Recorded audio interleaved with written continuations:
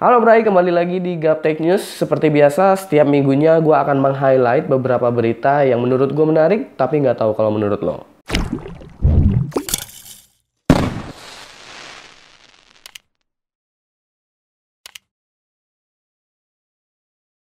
Ya, langsung aja nggak perlu berlama-lama, kita masuk ke berita pertama. Itu ada dari AMD.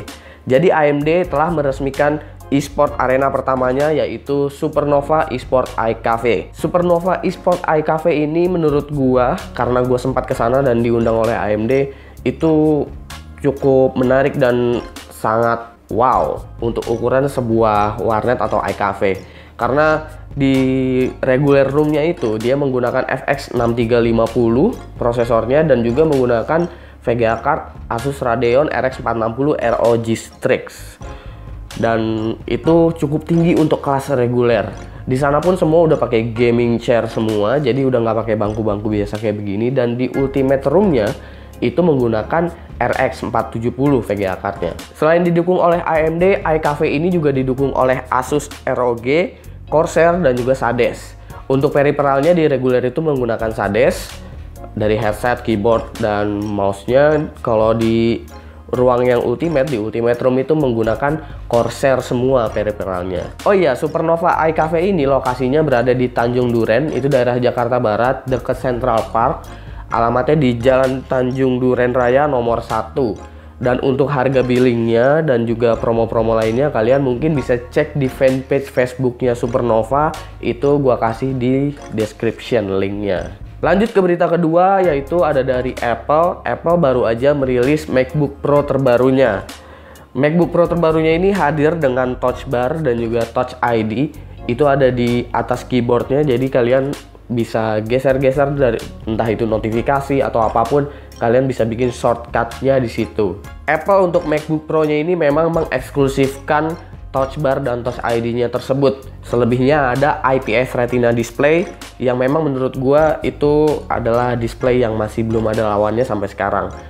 Tapi kalau kita ngelihat spek dari MacBook Pro yang baru ini, menurut gua itu sangat-sangat nggak worth it, karena dengan harga $2.000 sampai dengan $2.700 itu kita cuman mendapatkan prosesor i5 dan i7 dual core atau seri U, meskipun udah Skylake.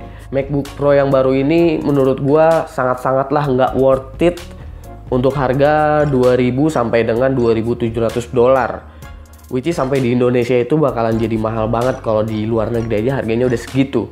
Selebihnya lagi untuk MacBook Pro yang 13 inch ini kita nggak mendapatkan yang namanya discrete GPU. Jadi semuanya itu pakai IGP Intel HD grafik. Dan kalau kita mau ada VGA card atau mau ada discrete GPU-nya, kita mau nggak mau harus beli yang 15 inch.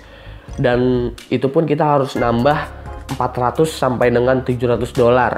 Dan VGA card-nya pun cuma Radeon Pro 455 yang mungkin kalau disetarain sama desktop itu masih jauh banget. Bahkan dari RX 460 pun masih jauh banget. Mungkin setaranya sama R7240 itu pun kayaknya masih belum deh. Wah. Dan berita terakhir itu masih notebook juga, dan kali ini adalah dari Microsoft. Microsoft juga nggak mau kalah nih sebenarnya. Microsoft juga punya Surface. Surface ini bisa kita sebut adalah penantang dari si MacBook Pro. Terang-terangan di website Microsoft langsung berani compare ke Mac. Gitu, Microsoft menyebutkan kalau semua yang kalian punya dari Apple itu bisa digunakan di laptop atau di notebook ini. Kalau ngelihat dari spek dan harganya, ya memang harganya sama-sama mahalnya. Tapi menurut gua Surface ini lebih worth it dari segi spesifikasi, karena Microsoft ini memberikan discrete GPU, yaitu untuk yang versi murahnya itu yang sekitar $1.700 atau $1.500, gue lupa. Itu menggunakan GT 940M 1GB atau 2GB, dan yang versi yang mahalnya nih, yang tingginya itu menggunakan GTX 965M.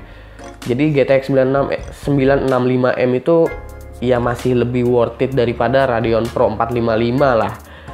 Karena 960M aja itu bisa setara 750 atau 750 Ti di desktop.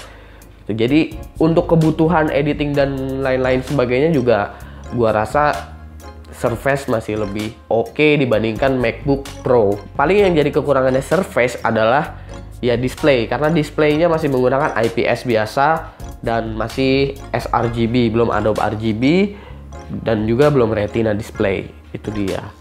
Ya, habis segitu aja dulu yang bisa gue sampaikan untuk Gaptek News minggu ini. Jangan lupa like, share, dan subscribe jika berita ini menurut kalian menarik dan bermanfaat. Follow sosial media gue, itu ada di description. Gue Subki, dan seperti biasa sampai jumpa di lain kesempatan.